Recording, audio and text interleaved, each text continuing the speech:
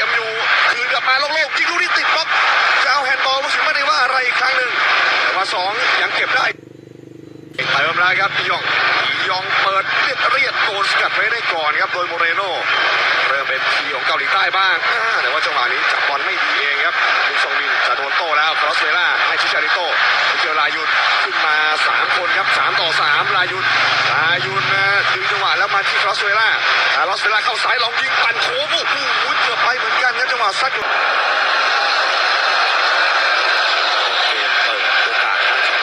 มีให้เราเห็นกันเรื่อยๆเลยครับ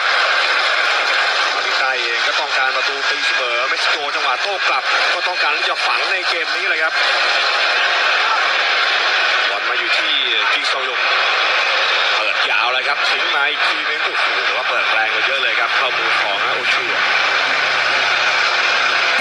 โตชี้ให้ดูแต่ว่าผู้สินบอกว่าให้เล่นมาก่อนเลยครับ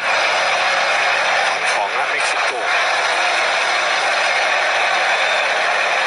โมเรโนจ่ายพลาดแล้วโอ้โหสปีดมาแล้วโซงมินควบมาถึงบอลก่อนด้วยแล้วซ้ายสุดมีด้วยครับโซงมินมองแล้วยังไม่เปิดจะแตะหนีผ่านมาได้1แต่ว่ายังมีตัวซ้อนครับโอ้โหจังหวะมาซ้อนต้องชมเลยครับเกมรับของเจ้ายาโด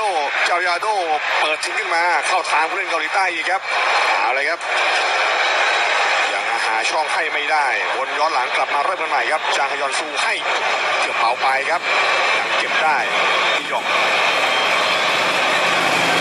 ต่อมาก่อนนะซงมินแล้วมาที่ยองอีกที